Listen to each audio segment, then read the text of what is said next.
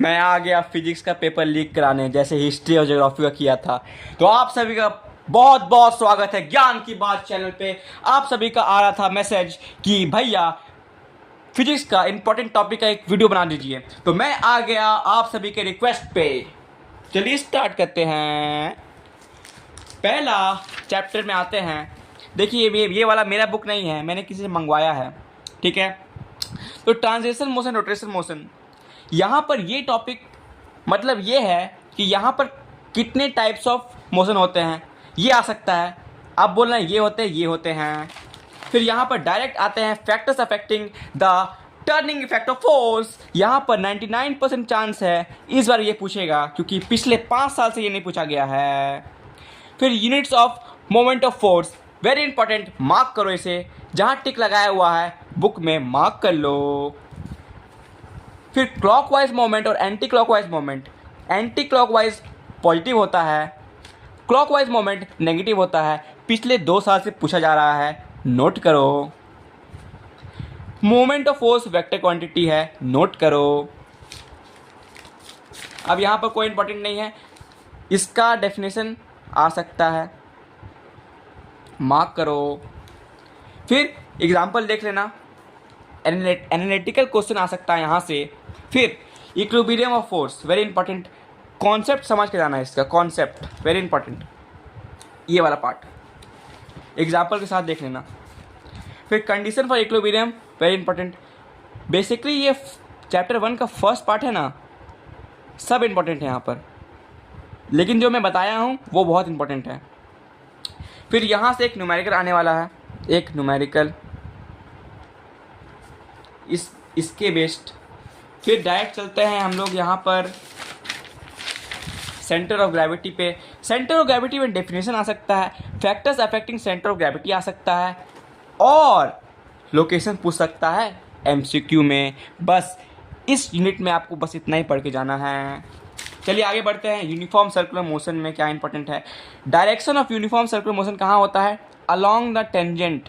ये आ सकता है 1 मार्क में, या फिर एमसीक्यू में आ सकता है, गारंटी है मेरा। मैं जितना भी बता रहा हूँ बहुत एनालाइज करके मैंने 1 दिन लगा के किया है, तो आप प्लीज़ इसे पढ़ के जाइएगा, एकदम नहीं छोड़ना है, पक्का आने वाला है। फिर डिफरेंस बिटवीन, ये आ सकता है। सेंट्रीपिटल फोर्स का एग्जाम्पल और डेफिनेशन देख के जाना, बस ख़त्म कहानी। चैप्टर नंबर 2, यहाँ पर इंपॉर्टेंट है आपका ये वाला एक्सप्रेशन, देख लो। Work is equal to force into displacement into cos theta, एक न्यूमेरिकल आनेगा। इसका मैं चांस नहीं लूँगा क्योंकि 50% चांस है इसका, ठीक है। फिर आपका आता है स्पेशल केस, 99% चांस है इस बार आने वाला है, 2 से 3 मार्क्स का स्पेशल केसेस, प्लीज़ देख लेना एग्जाम्पल के साथ। फिर आगे बढ़ते हैं, और क्या इंपॉर्टेंट है आपका मैंने मार्क किया हुआ है, यूनिट ऑफ वर्क देख लीजिए, यूनिट्स ऑफ वर्क और यूनिट्स ऑफ पावर देख लेना, difference between power and work और एनर्जी एंड पावर देख लेना, बस। फिर आते हैं डिफरेंट फॉर्म्स ऑफ एनर्जी। यहाँ पर आपका ये एक्सप्रेशन देख लेना, gravitation potential energy UH is equal to mgh, बहुत न्यूमेरिकल आता है इसका, देख लेना। और इस बार 100% चांस के साथ है expression for kinetic energy derive करने, पक्का से देख लेना। मैं बोल रहा हूँ ये आएगा, मजाक से हट के, हवा में बात नहीं कर रहा हूँ मैं। फिर relationship between kinetic energy and momentum, ये P is equal to √m के, याद करके जाना, या फिर आप समझ लेना कैसे आया है और आपका हो जाएगा। फिर केसेस वेरी इंपॉर्टेंट देख लेना, ठीक है। अब आगे बढ़ते हैं। वर्क एनर्जी थ्योरम आपका नहीं आएगा इस बार। फिर आपका क्या आने वाला, रुक के बताता हूँ। यहाँ पर कोई इंपॉर्टेंट चीज़ नहीं है। और फिर हम लोग बढ़ चुके हैं the most important part of chapter 2। Chapter 2 का most important unit, theoretical derivation of K plus U signal consent, ये आने का चांस बहुत ज़्यादा है, टिक करो। फिर आते हैं यहाँ पर, ये आ सकता है, ठीक है। बस ये 2 टॉपिक आ सकता है इस एक्सरसाइज में। अब बढ़ते हैं चैप्टर नंबर 3 में। चैप्टर में 3 के मैंने एक चीज़ रखा है आप सभी के लिए, मैं दिखाता हूँ।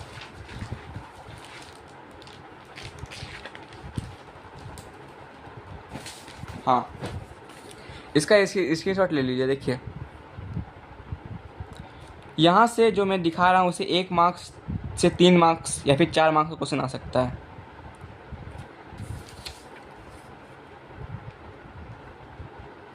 देख लिया? Thank you. चलो थैंक यू बोलना मत भूलना। यहाँ पर से आपका आने वाला है, यहाँ पर से आने वाला है मैकेनिकल एडवांटेज अगर ग्रेटर देन 1 होगा तो क्या होगा, लेस देन 1 होगा तो क्या होगा, इक्वल टू 1 होगा तो क्या होगा। ग्रेटर देन 1 मतलब फोर्स मल्टीप्लायर, लेस देन मतलब स्पीड मल्टीप्लायर, इक्वल टू 1 मतलब बस डायरेक्शन ऑफ इफर्ट को कन्वीनियंट डायरेक्शन में चेंज कर देता है। इफिशिएंसी से रिलेटेड एक न्यूमेरिकल आ सकता है, मार्क कर लेना इसको। देखो मैं यहाँ हवा में बातें नहीं कर रहा हूँ, हिस्ट्री सिविक्स ज्योग्राफी का वीडियो जाकर देख लो, मैंने जो टॉपिक बताया था वही आया, ठीक है। यहाँ पर फिजिक्स में बहुत ज़्यादा टॉपिक है तो एग्जैक्ट प्रिडिक्शन करना जरूर मतलब पॉसिबल ही नहीं है, तो मैं आपको इंपॉर्टेंट टॉपिक दे रहा हूँ, उसी से क्वेश्चन आने वाला है, पक्का गारंटी, ठीक है। फिर आइडियल मशीन और एक्चुअल मशीन क्या होता है देख लेना। फिर डेरिवेशन आपको दिखा दिया मैंने, आपको अभी दिखाया था ना, हाँ वही वाला। फिर प्रिंसिपल ऑफ लेबर क्या है, load into load arm is equal to effort into effort arm. इससे बेस्ड न्यूमेरिकल आने का चांसेस है, लेकिन थोड़ा कम है, लेकिन आ सकता है। फिर class 1 lever, class 2 lever very easy, कौन बच्चा नहीं जानता है। Example of lever in human body important. अब बढ़ते हैं पुली पे। पुली में हर साल 3 से 4 मार्क्स क्वेश्चन आता है, तो ये पूरा एक्सरसाइज में कोई सा भी आ सकता है, ठीक है। तो हैज़ पर इस बार चांस है कि ब्लॉक एंड टैकल सिस्टम नहीं आएगा, कॉम्बिनेशन ऑफ पुली आ सकता है, या फिर आपका सिंगल मूवेबल पुली या फिर फिक्स्ड पुली के बारे में पूछा जा सकता है। चलिए आगे बढ़ते हैं। 4th चैप्टर में आपको इंपॉर्टेंट है laws of reflection, refractive index. Tick मारो जल्दी टिक मारो, पढ़ लेना। फिर condition of for a light to pass undeviated, very important.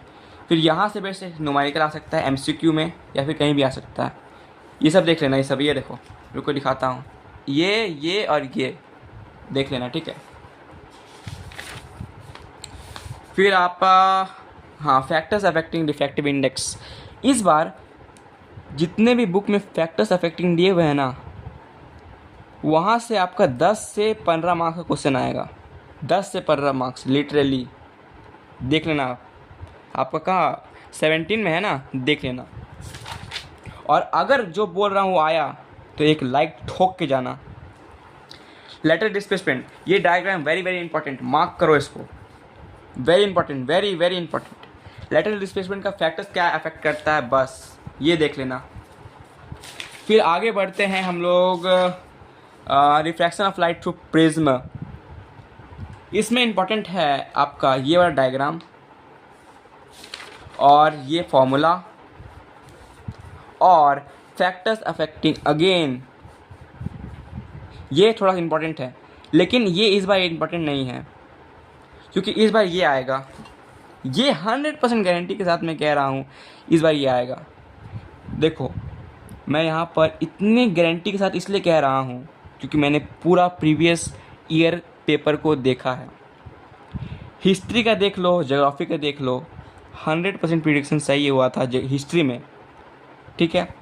फिर इसके बेस्ड ये देख लेना, बस ख़त्म कहानी, ख़त्म, और कुछ नहीं देखना अच्छा से, और कुछ नहीं देखना है, लेकिन सबको ऊपर से देख के जाना।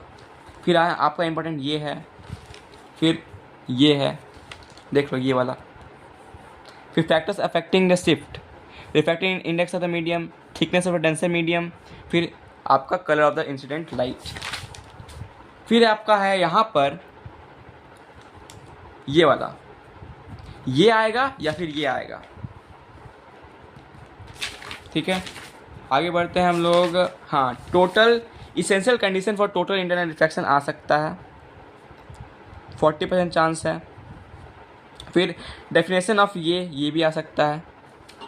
फिर यहाँ पर 100% चांस के साथ आ सकता है आपका refraction through a right angle isosceles prism, a equilateral prism या फिर राइट एंगल प्रिज्म। 4 मार्क्स का क्वेश्चन आएगा इस बार, 4 मार्क्स का, मजाक से हट के प्रिपेयर कर लेना। फिर डिफरेंस ये आ सकता है, वेरी इंपॉर्टेंट, और कुछ इंपॉर्टेंट नहीं है। फिर आते हैं चैप्टर नंबर 5 लेंसेस में आते हैं। लेंसेस में आपका इंपॉर्टेंट है टेक्निकल टर्म्स में आपका एक डेफिनेशन आएगा एमसीक्यू में या फिर आपका लॉन्ग क्वेश्चन में आने वाला है। आपका सब क्वेश्चन में सब क्वेश्चन टाइप का ABC करके देता है ना, उसमें पहला डेफिनेशन पूछ सकता है। और हर साल की तरह इस बार भी एमसीक्यू में एक डायग्राम दिया रहेगा आपका लेंस में और बोलेगा कौन सा करेक्ट है, आप चेक कर लेना, प्रीवियस ईयर चेक कर लो, उस टाइप का क्वेश्चन इस बार भी आएगा। फिर यहाँ पर ये वाला पार्ट, ये और ये। फिर factors affecting the focal length of a lens, difference between convex lens and concave lens. बस खत्म कहानी। Chapter number 5B formation of image. हर साल की तरह इस बार भी 3 से 4 मार्क्स का क्वेश्चन आने वाला है फॉर्मेशन ऑफ इमेज। इसके लिए आपको कुछ नहीं करना है यहाँ से, सॉरी 3 से 4 नहीं, 3 से 4 से 5 मार्क्स आ सकता है क्योंकि एमसीक्यू में भी 1 मार्क्स का पूछता है। इसके लिए आपको क्या करना है, आपको ये टेबल दिख रहा है, टिक मार देना है और पढ़ लेना है। ये टेबल दिख रहा है, टिक मारना है, पढ़ देना है। समझ में आया?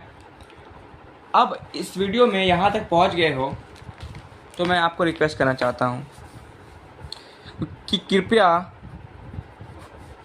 आपके स्क्रीन के सामने लेफ्ट तरफ आपका स्क्रीन है और यहाँ पर एक लाइक का बटन दिख रहा है, इसे अपने हाथ से ठोको या फिर हथौड़े से मार के ठोको, मुझे फ़र्क नहीं पड़ता, ठोको उसको। Thank you. अब आगे देखते हैं।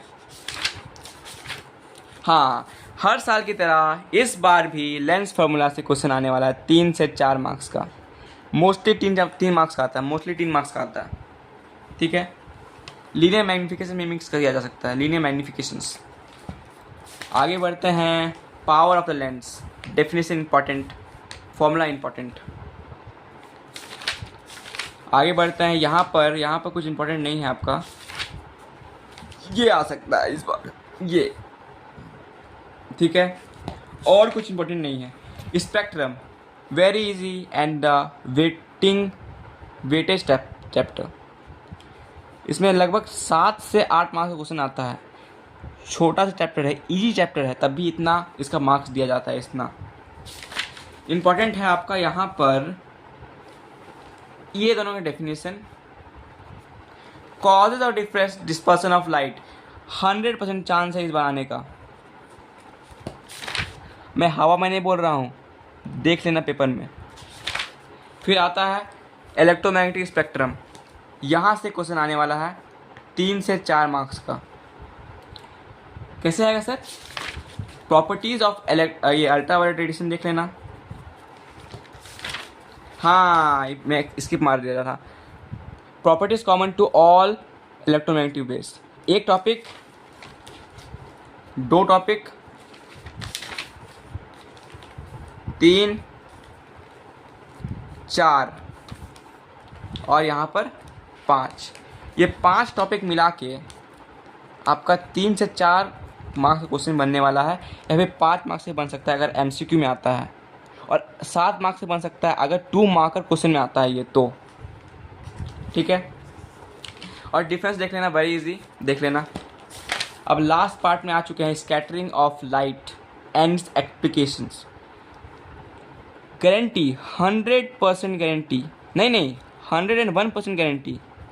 यहाँ से आपका एक फेनोमेना का एक्सप्लेनेशन गिव रीजन में पूछने वाला है, और इसका स्कैटरिंग ऑफ लाइट का इतना गारंटी नहीं दूंगा, लेकिन आ सकता है। बस इस वीडियो में इतना ही। होप सो आप सभी को पसंद आया होगा। जितने भी टॉपिक मैंने दिए हैं कृपया उसे ढंग से कर ले, और वीडियो को लाइक ज़रूर करना। ठीक है, thank you very much, thank you.